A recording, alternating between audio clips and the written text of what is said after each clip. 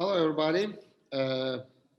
Today, we are going to have a 1 hour session about sports as a tool in experiential learning and how to combine experiential learning and sport together, how we can use sport for learning process. So it's very clear that a game, a volleyball game or a basketball game is not only a sport activity. I mean, the team, the individuals while doing the sport can learn a lot of things beside the sportive techniques, like teamwork, like solidarity, like dealing with stress, dealing with conflicts, etc. And today, with my distinguished guest speakers, we are going to talk about sport in learning process. So we have three very experienced people in sport fields. We have Mr. Geisler from Germany, who is former vice president of German Basketball Federation. We have Mr. Giovanni Guidetti, who is the head coach of women volleyball national team of Turkey and also Vakıfbank women volleyball team. We have Mr. Emir Turam, who is the member of Turkish National Olympic Committee, also lecturer in Bilgi University. So this is how I introduce you, but I'm sure you have much more. Could you please, very shortly, briefly introduce yourself? I'm sure the people who are coming from sport fields among our participants know you very well, but we have also some people from society fields. They would love to know more about you. We can start with Mr. Geisler. Yeah, thank you, Volkan, for having me in this panel. You said the most important thing. I was working for the German Basketball Federation for almost 20 years, and before for the State Federation in Bavaria.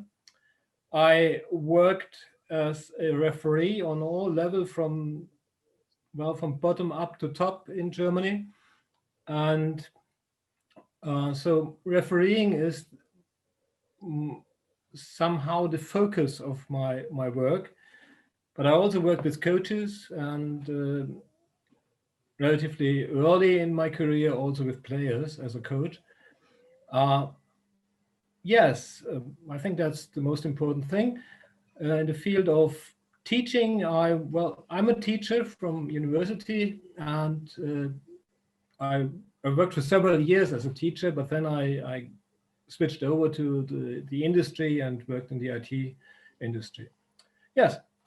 And now I'm retired and enjoy my life. Thank you, Mr. Geisler. One more time, welcome, and thank you for being with us in this session, in this panel. Let's continue with Mr. Guidetti. Hi, everybody, and my name is Giovanni Guidetti, and I am volleyball coach. I was basically always a volleyball coach. So as soon as I finished my school, and I couldn't even finish the university, that I was already coaching in the second division in Italy. So when I was 23 years old, I was coaching in second division in Italy. When I was 25, I took my first job as a head coach in the top Italian volleyball women division. That was kind of record for the age, because I was 25, and actually in the time I was really, because we are talking about that, much more a learner than a teacher, because I have players that were 30, 32, 35 years old. And that was really my first experience. And then basically I coach all my life. And I was in Germany near to my friend Michael. And I was 8 years the head coach of German national team. After I was the head coach of Holland national team. And right now in the last 5 years, I'm head coach of the Turkish national team. And in the last 11 years, I am based in Istanbul, where I have family, and Bar, my wife, this is a player of Mr. Volkan favorite team, Fenerbahce. And I have a daughter that she's born in Istanbul, and she's a lot about learning because she's 4 years old, and she tried to speak, of course, Italian, because I'm Italian, Turkish and English, because me and my wife, we are talking in English together. And yeah, that's very, very in summary, all my life, basically. A lot of trophies, a lot of finals, a lot of success in the sportive career. Thank you one more time for being with us, Mr. Guidetti. Thank you for hosting me. And Mr. Turam. Thank you, Volkan, and also thank you for the opportunity to be here among these distinguished speakers. I think it's a great session. Like you said, I was a basketball player. I played for almost 20 years professionally in various clubs in Turkey, also the national team. And then when I got done playing, I kind of stepped into the administration of sports. I started working at the Turkish Basketball Federation as the Director of International Affairs. And that was another 23 years until I retired. And I was happy to meet Michael during those years with joint projects with the German Federation, and also Coach Guidetti. I wasn't personally acquainted with him, but I was proud of their achievements following their games, how he brought the Turkish women's volleyball team to further heights. They were also pretty good, but he kind of really became a co-architect of this big success.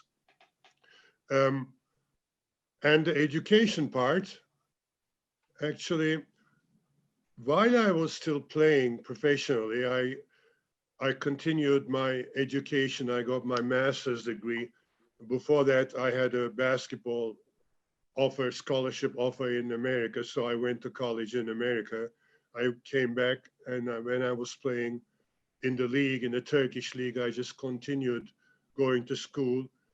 I got my master's and I somehow achieved honors degrees. So then I was invited to do a PhD, which I did, a PhD in political science. And the last 3 years of my playing career, I was also teaching at Boğaziçi University. So it was a unique experience of bringing in the two platforms, and that's what brought me today. I mean, sports has always been an important part of my life, my identity, and it has given me a lot of opportunities, and I'm very grateful for that. Thank you. Thank you, Mr. Turam. It's a great example for dual career, I think, and doing great things in education field, also in sport field. I think it will be very inspiring and very remarkable for us, what you are going to share with us today. I would love to start my questions first, Mr. Guidetti. And Mr. Guidetti, you are a coach who worked with a lot of various age groups in your volleyball career. Can you please define us a little bit about the learning process of an athlete, and how do you think we can use this model? How do you think this model, this learning process of the athletes, can inspire us about the fundamentals of experiential learning? Okay, that is for sure not a quick question to answer, but I will try to be as quick as possible. So first of all, I have to tell you that I strongly don't believe in talent. So what I'm trying to push all my players, that talent, okay, is important. There can be somebody that is a little more lucky to be quicker, to be able to do something, but what make a big difference is how much you want to train, how much you want to improve, how much you want to become better in what you are doing. And this is, and I saw many examples of amazing players with very low physical capability, but they became champion because they were incredible hard worker. And also I saw many incredible physical capability players that they didn't reach anything because they didn't have this soul, this will to improve and to learn. The second thing that, in my opinion, is very important. There is one sentence that is not mine, but I don't even know where I took from, but it's very important for me. So the biggest enemy or the biggest friend of the learning is the motivation. So when we, like a coaches, we can be motivated like crazy to teach our player, to want to try to make our player better, to make our team and our player learn new things. But if the motivation is only our motivation, then we will not reach nothing. We have to help our player to find their inside motivation. Okay, so the internal motivation is what make a big difference. So for me, this one is one I wanted to just very quick give you to this preview, because for me are two very important aspects. Then when you talk about experiential learning and learning process, first of all, I have to tell you that every day I feel like a student, so doing my job, so dealing with victory or loses, good training, bad training, player happy, player unhappy, team and staff that sometimes are doing great together, sometimes are facing problem.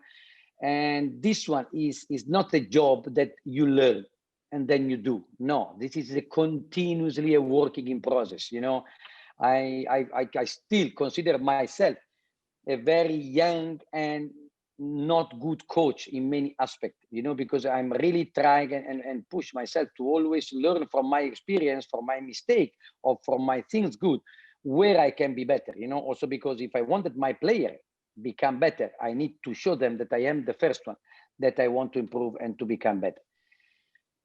Coming to your question, a little more precise, of course, when we, the teaching part of a coach, is very important, but I believe we are talking about the 25% of the process, so it's just the first input. I tell you, Volkan, you have to attack linear, so make one attack in volleyball, okay, in linear. This I can tell you.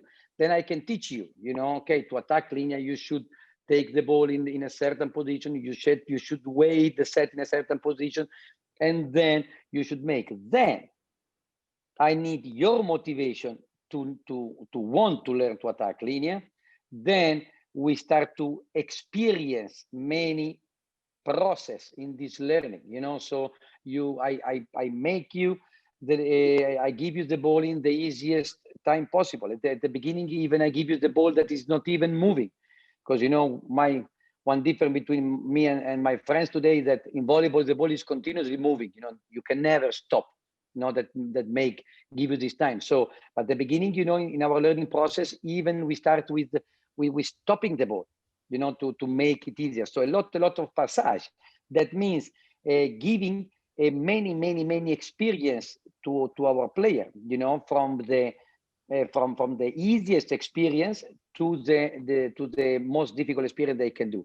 And when I add all these little pieces, when I add all these little Lego at the end, I will have one player that is able to attack linear, because she experienced so many steps, that she understood, because to learn, and of course it's so important, the connection that there is between my brain and my body, how I connect how I connect these two parts, how I analyze everything. And we, like a coach, I always like the definition of a coach like in the director of an orchestra, so we don't need to play, we need to create the condition that the player make the best music possible, and this is also from the learning. So I'm not doing much more than let the player doing, sometimes talking a lot, sometimes it's don't talking, and give the time to the player in this process. And the very fun part of this, in my opinion, is that at the end, I can see myself, if I have one player, one Olympic champion, or I have one player of 15 years old, at the end, they are asking from us the same thing. They are asking from us, like a coaches, a suggestion. They are asking from us, like a coaches, a word and something that can help them to start the learning process to change what was going bad. Of course, the Olympic champion have less question. Of course, the 15 years old have more question, but they're all asking from us a solution. Okay, but they also know that's a solution.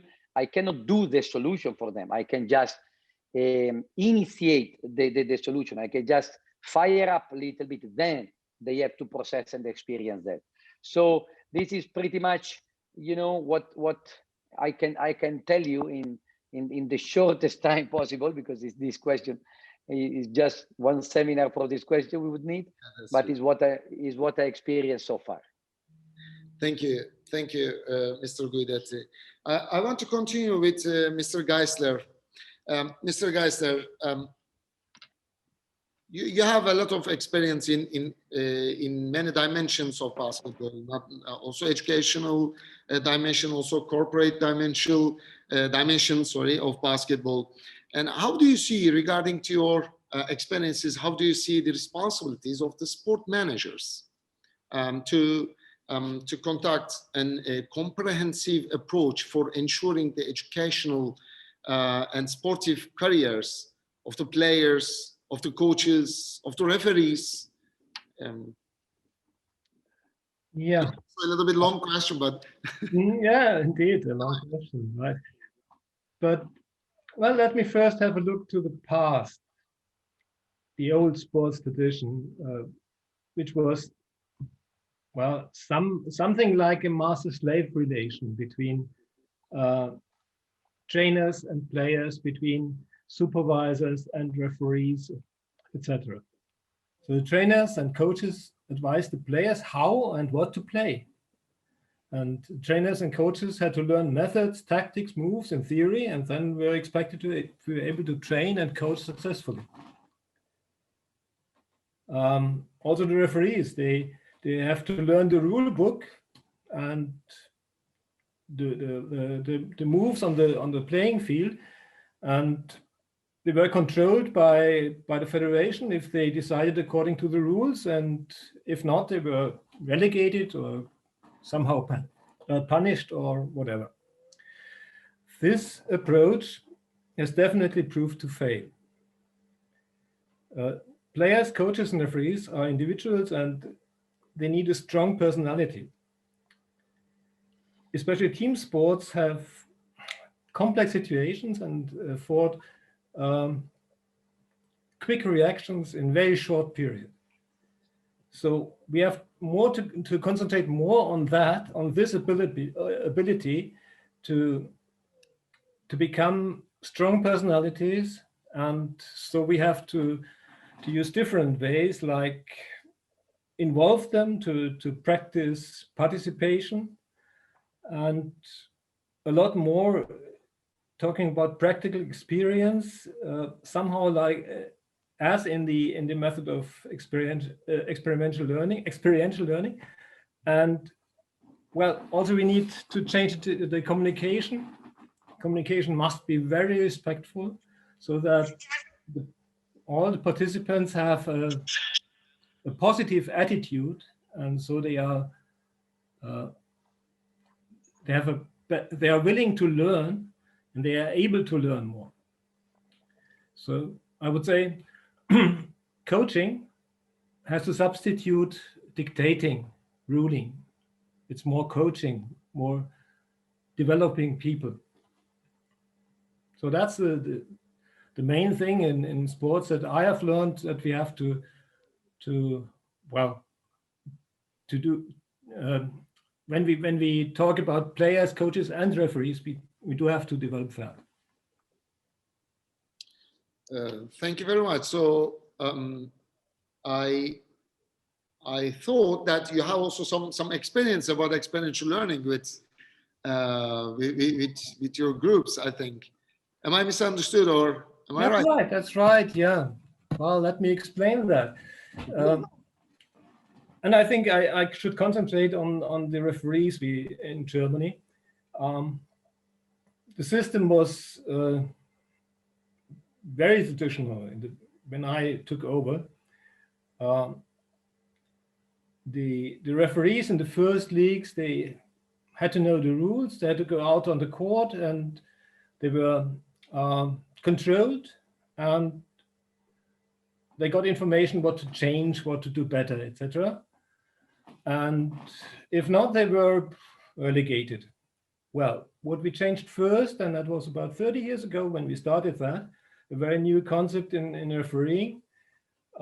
We hired some people, psychologists, professional coaches from police, personal trainers, and we started developing the personnel, the referees.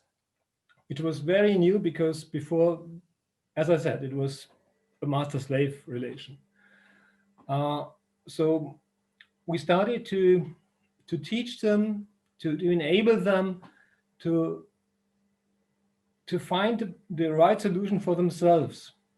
They had to develop, after a game, they had to develop their own side of the game, how they saw it, and to develop a program how to improve, not put from outside into them, but they had to develop it.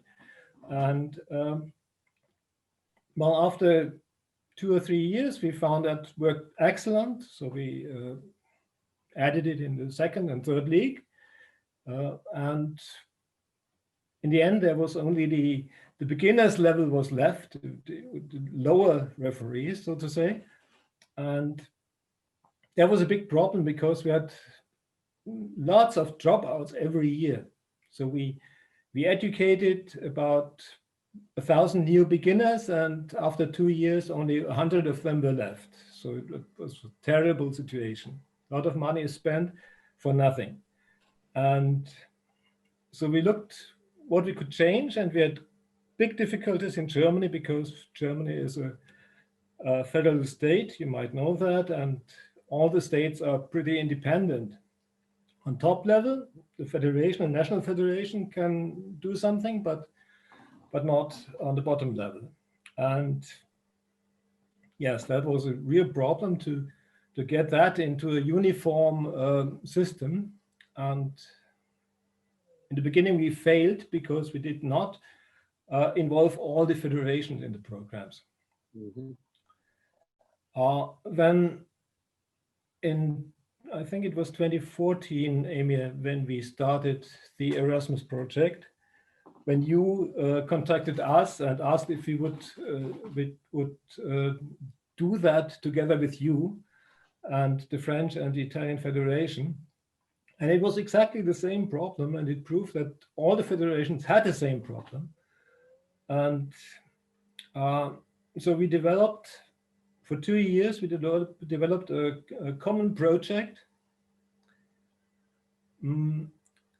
how to educate new referees, young referees, the age of 14 to say 20, 21, 22, and motivate them, do the best to improve them, to make them, to ensure them to stand their role on the field, because there's a lot of pressure from outside, from the coaches, from undisciplined players, and especially also from parents in youth games. They are sitting outside and they cry and are insulting the referees, etc. So it was an Erasmus cooperation, Erasmus project, Yeah. cooperation with Turkish Basketball Federation, and it is about training of referees, and you used experiential learning methodology. Yes, right, exactly. It's amazing to hear that, and it's good to hear that you got positive results. We got them, yes, especially when we, after that project, we continued in Germany, and well, we made a national program for that, and I'm glad to say that all our instructors for young referees now have gone through that program and have passed a clinic of 3 days at least. Mm-hmm. Some of them have two clinics in the meantime. So the whole project is based on experiential learning, and well, it proves to be good because all these points that are, especially communication, stress management, and conflict management, which are very important, they should be implemented with the young referees. Learning the rules can be done online in a web seminar or so. Mr. Geisler, in the next round, so actually, I want to continue with this your experiential learning experience in your project before. But now I want to pass to Mr. Turam. Again, welcome again, Mr. Turam. So you are, as I said before, you are a great example of dual career. And as a former national team level basketball player, and also at the moment you are a professor in the university. So in sport management field, you are a professor. So how did you balance this educational part in your career and the sportive part? Well, thank you, Volkan. That's an important question, or a critical question, rather. Actually, I want to add one more thing. Do you think that they could combine or they could help each other, your education in sport and your sport career in your education career? Well, it certainly did, because there was a conjunction point where in the last 3 years of my professional playing career, I was also teaching at Boğaziçi University. And it was an interesting experience. It wasn't only creating so much time pressure, because it was hard to combine both of them within the same day, but in a position of teaching, standing in front of a group of students and trying to convey the message, and more importantly, trying to create ways for them to take that message and keep it, learn it. Learning is actually keep it into the future. It really helped me on the court as well, because it helped me develop better communication capacities, which led to maybe better problem solving in any field, on the court, around the court, discussions with coaches. Players respect coaches very much, but sometimes they are not in the same opinion, and like Coach Guidetti will very well probably support. And communication is the key to coming together. And the education career and the sports career, to answer your question, they really enhanced my life. They created two different dimensions in two different directions. And bringing them together wasn't very easy, because I had to work hard rather than concentrating in one field. Plus, maybe dividing my time into these two fields may have kept me from reaching the highest capacities I could have if I wasn't dividing my time between the two. Academically, I could have printed more books and academic articles and done more research maybe. But still, I'm very happy I did it that way. And it really was very rewarding overall, because now I can look back. My active playing days are well over. I'm still continuing teaching at Bilgi University, but I have the advantage of looking back and assessing how things developed for me, and I'm really happy I did it that way. Sports is so unique, Volkan. It's very difficult to define sports in one single sentence. You have to go on and on if you want to create a good definition.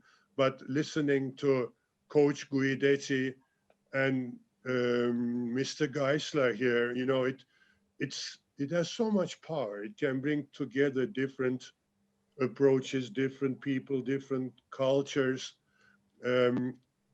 Like listening to Coach Guidetti, I kind of felt so much resemblance in my own experience. He said something like that, he said something like, I can't solve the question when I'm approaching my players.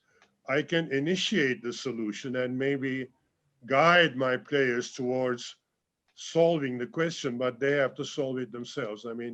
listening to that sentence, I could reflect to many times I went through similar situations in a different sport, but still.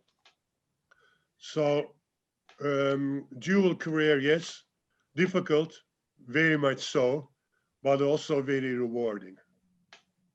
Thank you. Thank you, Mr. Turam. We are getting many questions, by the way. So, and one of the question is, one of our participants are asking, who is Volkan? Because we let you introduce yourself, but I didn't introduce myself. So who is Volkan? Okay. I'm the General Director of Experiential Training Center Association.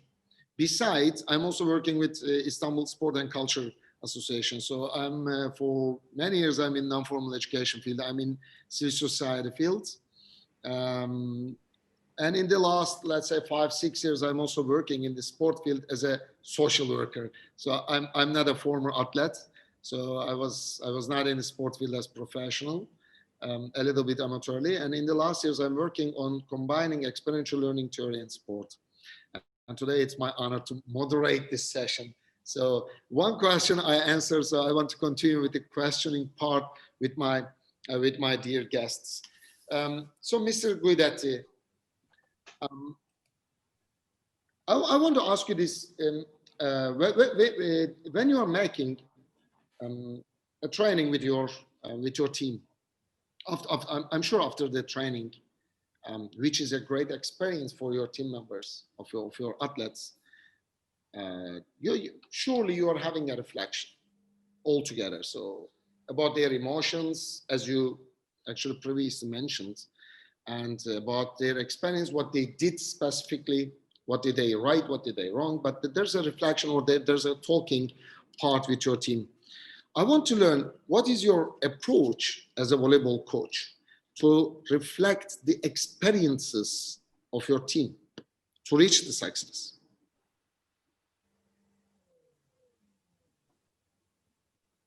Mr. Guidetti, unmute yourself, please. You are right. Okay. Because I didn't want to disturb my guests. I want to listen, and because I am in the gym, so I don't want to come maybe one sound of the ball of the junior team that in a while they will start to train. Anyway,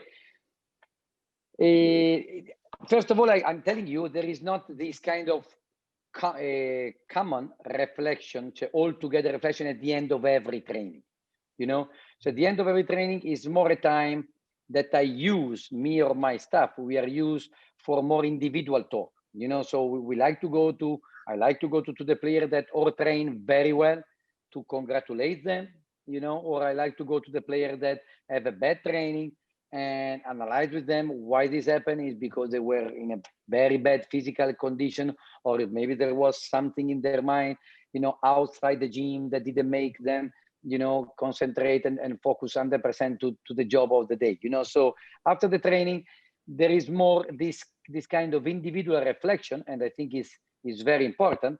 And with the staff, you know, so with me and the staff, there is always one reflection altogether. So then, yes, the staff, we sit to say, okay, what do you think about this drill? How this drill went? This drill, we did this drill to improve this part of the game. Do you think, guys, that is work? We have to change maybe one score. The next day we do this drill. So there is between us this reflection. But of course, after every match, there is a great evaluation, you know. And I'm talking especially the match that count, because, you know, the match that are too easy, you know, then I don't need a great team evaluation about the match, but then I go one by one to listen to them where they can improve, what they did wrong, what they did good. But after important matches, especially, there is always this team evaluation. We are used to have many numbers, you know, so we are full of statistics that the statistics are telling us why we lose and why we won. But this number, you know, that are not at the end, you know, living a great experience, because they still number, you know, that they don't have a soul. They are not talking to the heart, you know, are just number that explain, you know, in a very mathematical way, you lost because your number were lower than the other team. Finish. But my job like a coach and the job like a player, we want to know why our number were lower than our team. We don't just want to know, okay, we lose because we attack worse. No, why we attack worse? What the other did to make us attack worse? What me individual I mistake, or what like a team we mistake to attack worse, you know? So generally before every match, we have a clear plan, you know, for every part of a game. Many times also the previous day of the match, we starting with just a reflection of the strength and the weakness team, the weakness point of the opponent team. And then after this general view, we go to see on the video, okay, more specific where this team is good, where we can push more this team because they have a little bit of weaknesses. And at the end of the match, okay, the next day or in the day, there is this common evaluation. I can tell you also that, you know, because we are here sharing experience, that I also realized that it's very, very important the talking together, but not always the talking together reflect always the truth, you know, because sometimes, you know, if we are in a group of people and I believe we lost, you know, because Volkan made incredible mistake, but probably in this moment I am sensible. I don't want to tell to Volkan this, you know, or maybe the coach, the tactic was very wrong, or maybe the athletic trainer.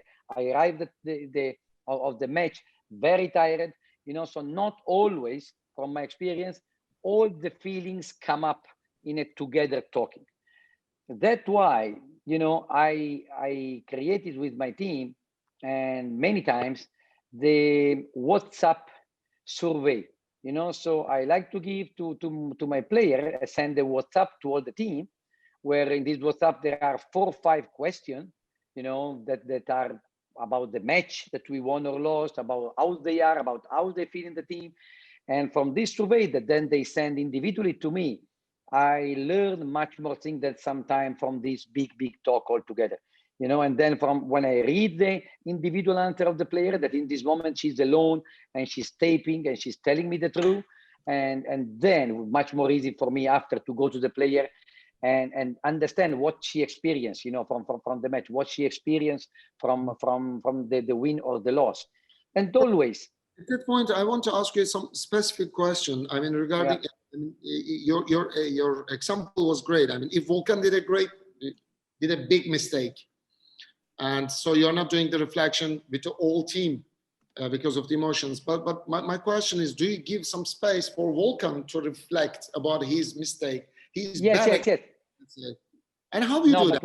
I mean, personally, or with you, bilateral, or with the team. So how do you give this space to Volkan, who did a mistake, and your team lose the game? Yes. First of all, I explained not very clear. I analyze, of course, the match in front of everybody. So if Volkan made a mistake, of course, I have to say in front of everybody that Volkan did a mistake, and I ask Volkan why he did a mistake. And then generally Volkan answer, you know. But when other player, you know, I want to say something about another player, you know, maybe they don't like to say in public, you know, maybe they don't feel good connection, maybe they couldn't communicate. Sometimes there is a very level of maturity in the team, and then this locker room conversation is already enough. Sometimes there is not.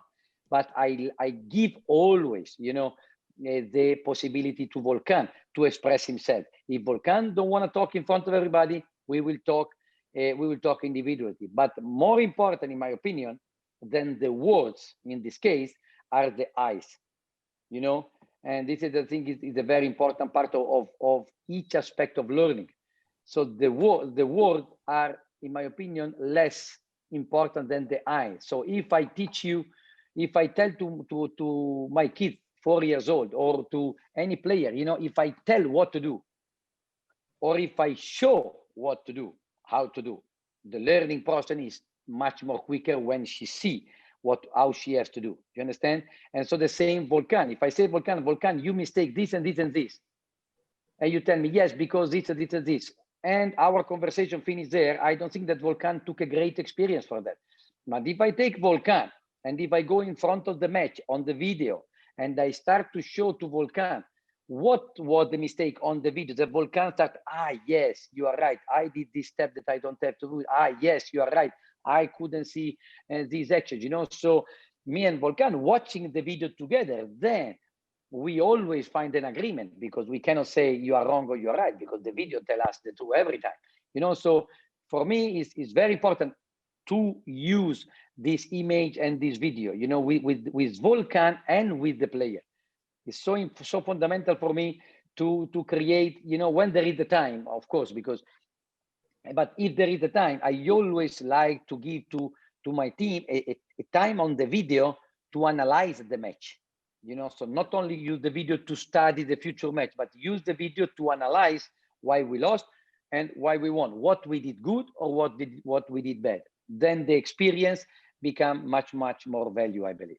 It looks like you're very lucky that you don't have in your team Volkan. Otherwise, we would have this experience in every game. I will make mistakes and watching the video several times together. But yeah, just one point. I mean, the video don't have to be used only for the mistake. It's not become. You don't experience only the bad things. From the bad things you learn, but from the good thing you learn even more sometimes, because yes, I did this good, So then you have the satisfaction and you want to do again, and you want to have this feeling again, So the experience become even bigger and bigger. Yes, I did that and I want to do again. I want to experience again. So not only to Volkan the bad thing that maybe we need 1 hour, but also the good thing that Volkan did that maybe we need 1 minute, but we have to use also this minute. Okay, thank you, Mr. Guidetti.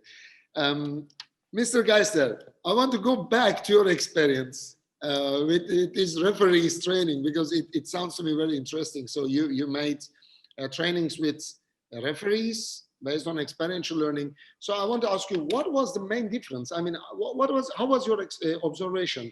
Because there's a classic way of trainings with referees, and within this Erasmus project, thanks to Erasmus supporting such a project, you made these time trainings based on experiential learning. What was the main difference? So how did you, what kind of differences you observed, positively and negatively, if there is, please? Well, the positive experience is definitely that the motivation and the interest of the participants is much higher when you follow these the method of experiential learning. My experience was how in former clinics, for beginners especially, and also for intermediate referees, on the intermediate level, how can I have them with me in the clinic? After 2 hours, they fall asleep, they chat to each other or whatever, or they play with their mobiles. So my experience is with experiential learning methods, they are not distracted.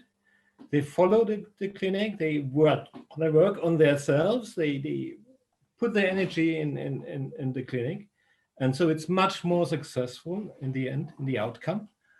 And what we see is they are stronger to overcome all these obstacles when they are on the field working. Because when you only know the rules and not perfectly, nobody can know them perfectly, then you lack all these other important things like communication and stress management, etc. So with that approach, we have done it much better, and we see that on the playing courts as well. Great. As Mr. Guidetti mentioned, I mean, for learning, the personal motivation is very important. And what you say is experiential learning. The biggest advantage of experiential learning is actually raising the motivation of the participants, of the learners. Great to hear that. Thank you, Mr. Geisler. I would also like to continue, by the way, Mr. Geisler. Well, the other thing is the top referees, for example, where it's very important to do it almost in the same way as you said, Giovanni. we have these crews of 3 referees after the game. We talk with them as the observers, and in former times we told them what they did wrong. Do it better. Now we wait, we ask them what was good, what was bad, what you did, what was good, what was bad, what your colleagues did, what you did as a team. And so they are able to improve themselves. And they accept it much better than telling them this was wrong, that was wrong. So on both levels, on the beginners level as well as on the top level, we improved a lot with that. Thank you, Mr. Geisler. Since we started with the project, so I want to turn to Mr. Turam. We know that you have a lot of experiences in social projects, although you were in the top level management of basketball. Beside a lot of works, you did some social works within these international projects. So I want to ask you, due to your experiences in international, I might say education-based, learning-based projects, how do you see the role of sport in the learning process of the individuals, of the kids, of the non-professional people who are doing sport? I think it's very crucial, because when we're talking about international projects, we have a team of people coming from different countries, from different traditions, belonging to different cultures. Their views of life are mostly different. Their priorities are different. And their understandings of solutions even can be different. And how are they going to come together? Now, in such quite difficult situations, I have seen many times how sports almost magically creates a bridge between all of these differences. Michael was talking about this referee education project we did. That's a good example. It was 4 countries, Turkey, Germany, France, and Italy. And the 4 of them were among the top countries in European sports. But the culture they belong to were quite different from each other. I mean, if we talk about Germany and Turkey, at least, if you think about the German system or the precision, it's quite different than the social culture of how things are done in Turkey, for example. And these 2 differences don't match very much. But with sports as the theme of the project, which turned out to be an excellent catalyzer in between, we didn't have the slightest problem. And Michael and his team, there were many individuals, up to 30 plus people, the Turkish team, educators, referee educators, managers, all of them, they were very much united, just like the French and Italians were, who also came from different cultural backgrounds. So I think sports is an excellent tool, among the best, if not the best, because there are some other tools or platforms who also work in that direction, arts, for example, or music. But I think sports can exceed the capacity of arts or music, because it's very easy for people to find themselves overwhelmed by the excitement of sports.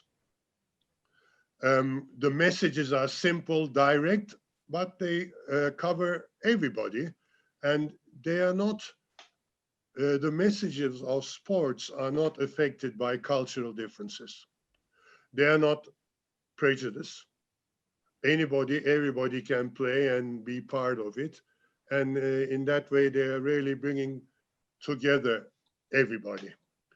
So I think it's an excellent tool for social projects. Now, when I was working in the Turkish Basketball Federation, social projects were not among the primary goals of the federation, just like any other federation, because federations need to focus on their clubs, their players, their referees, and the daily problems evolving around them. And social issues are not directly among those primary goals for any federation. But then sports is such an influential tool in social aspects. So I was lucky to be working with a top management that was ready to recognize these tools. But recognition wasn't enough, because working in these projects required spending, budgets, and their recognition was mostly not enough for them to allocate certain parts of federation budgets towards social issues, and they were quite right in doing that. But that was where some international grants and other capacities came in, like the European Union, for example, the Erasmus Plus sports program. And that was the project Michael was talking about, was financed by them, as well as many others. And this is an interesting point that should be brought up, because the first 7 years of the Erasmus Plus sports, it was something like 15 billion euros, a budget allocated for sports-related projects. And that was from 2014 to 2020. And now we are going into the second phase, and we see that the European Commission has more than doubled that budget in euros. It's 31 billion something euros for the upcoming 7 years. And I think this alone, Volkan, is a clear indicator of the capacity of sports to create value in social projects. And I only think this direction will be stronger and stronger, with all parties recognizing this more and more. Thank you, Mr. Turam. So very limited time left. Actually, I have also some questions to ask you, and there are a lot of questions. Unfortunately, we will not be able to answer all. But okay, there's one question I want to ask you, Mr. Guidetti. The question is, how do you see the role of sport for social empowerment for people with different backgrounds? Actually, it's very similar to my question, Mr. Guidetti. I don't want to finish this session before talking about Yarının Sultanları, the Sultans of Tomorrow. It's your the social work, and how do you see the sports as a tool to reach social empowerment? Actually, it is what I want to ask, because I believe Yarının Sultanları is a great example of using sport for social empowerment. So would you please tell us a little bit about Yarının Sultanları, what you do, and how you use volleyball as a tool for empowerment? Yeah, I think that Mr. Turam already, he said very, very, very clear, you know, that sport has no religion, no political, no flag, no border. Sport unite everybody, you know. So if I think about my team in the last 10 years, I have in my team people from every religion, people from many, many different countries, from China to Japan, from Serbia to United States, from Brazil, Turkey, of course, Italy. So from every country, I have people with, of course, different political ideology and different flag and nothing, but they were all fighting for the same boat. They were all together to win together and to help each other and to support each other. You know, so this one is, that's also I agree with Mr. Turam, sport is better than music, you know, because in music, you know, sometimes you can play your piece and another play his piece, and maybe they can combine together. But in volleyball, you need each other to create anything, you know. And about your specific question, I think that I am lucky, you know, that volleyball is probably one of the most balanced sport in the world, you know. So it's in some country, like in Turkey, for example, the women volleyball is stronger and more important than the men volleyball. Yeah. In America, the women college volleyball is much more stronger than the men college volleyball. In the men college volleyball, there are, I believe, 50 teams in the first league. In the women first league of college volleyball in America, there are 350 teams. You know, so it's a sport very, very, very well balanced, you know, where men and women men and women have the same right, the same competition, the same prize money, and they are very equal. But we know very well that you know also that I'm lucky to live in Istanbul, you know, that is a very, very modern city. But we know that Turkey, like any country in the world, I believe the reality is not the same in every part of the country, you know. So there are some parts of the country where women, they don't have the same access to sport like the men. You know, there are parts of the country where the women are not even meant to participate to a sport, to a team, to be part of a team. And so our project started with this idea, you know, the idea to really bring, you know, a dream to everybody, to bring a new reality to everybody, you know. So provide equal opportunity to the girls that are in a socioeconomically disadvantaged region of the country. That was the idea, and I'm really, really happy. And like always in this kind of project, I have to tell you that is much, much more what I took than what I gave, you know, because the love of these girls, the passion of these girls, how much they wanted they were passionate about volleyball, how much they were exciting when we came, you know. And again, you know, sport don't know money, sport don't know your bank account, sport don't know your religion, sport don't know your political, sport unite everybody. Thank you. Thank you, Mr. Guidetti. Unfortunately, I have only 2 minutes left, but lots of questions to also Mr. Turam and Mr. Geisler. The most important skill that is needed to work at national or international sport federation. Okay, one young friend of us is asking for his career, I think, this question. And actually, in general, I would love to ask you if you want to add something about especially sports, learning process, individual development of the youngsters, or about their career. So anything you want to add, Mr. Geisler? Yeah, sure. The most important thing is communication, good communication, follow the communication rules, be respectful, and don't ever just only manage. That is, well, evident you must do that as a manager, but you have to develop ideas, new concepts, and bring that to the board or whoever is deciding. Mm-hmm. Thank you. And if you want me to add something, Volkan, for a young person who is seeking to develop a career in a federation as a sports manager, looking at it from the other side, what would a sports federation executive look for in such a candidate? I think this is a good clue for our young friend there, because obviously, probably he's studying at the university. My advice would be, don't get lost in theory. You're learning a lot of stuff at school, and that's great, but think about the title of this conference, experiential learning. In the end, your employment depends on the value you can create. So the executive in front of you making the decision to employ you or not, this is what he will focus on. What kind of value can this young person provide to me in my organization? And the key is, go out into the field, take part in procedures, projects, applications as much as you can, volunteer, okay?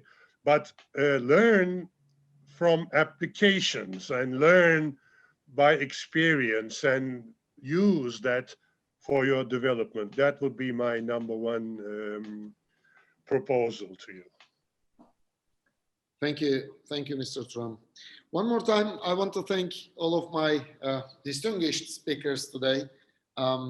Actually, if we talk about experiential learning, we heard from you how we combine the learning and the sport. Today, actually, I believe that we learned also from your experiences. And having such a session with you is a great experience for all of us. There are some questions also how we exactly combine experiential learning theory and sport. Please follow experiential learning web pages, them Turkey web page as well. So we are going to share the theory very soon. And we talk about the experiences in sport, we talk about the reflections, we talk about the theories, the techniques, and of course the next actions, the new mindset experiences as well. Thank you very much. It was my honor to host you, Mr. Guidetti. I think we still have 13 minutes before your video. As a Fenerbahce fan, actually, I want to be here because before the game with Fenerbahce, maybe you can lose your training and my team will win. So last word if you want to add. No, I thank you very much for the opportunity. So it was a nice experience, you know, and very inspired from the word of Mikel and Emir, you know, and glad that I had the chance to learn something new today too. Thank you very much. Thank you, and thank to European Commission to support this project. Thank to them Turkey to organize such Congress. And one more time, thank you, and thank to our participants, which are 42 online, plus in our big salon here around 20 people, so around 62 people watching us. Thank all of you to make us real, to make us organize this online session. Thank you.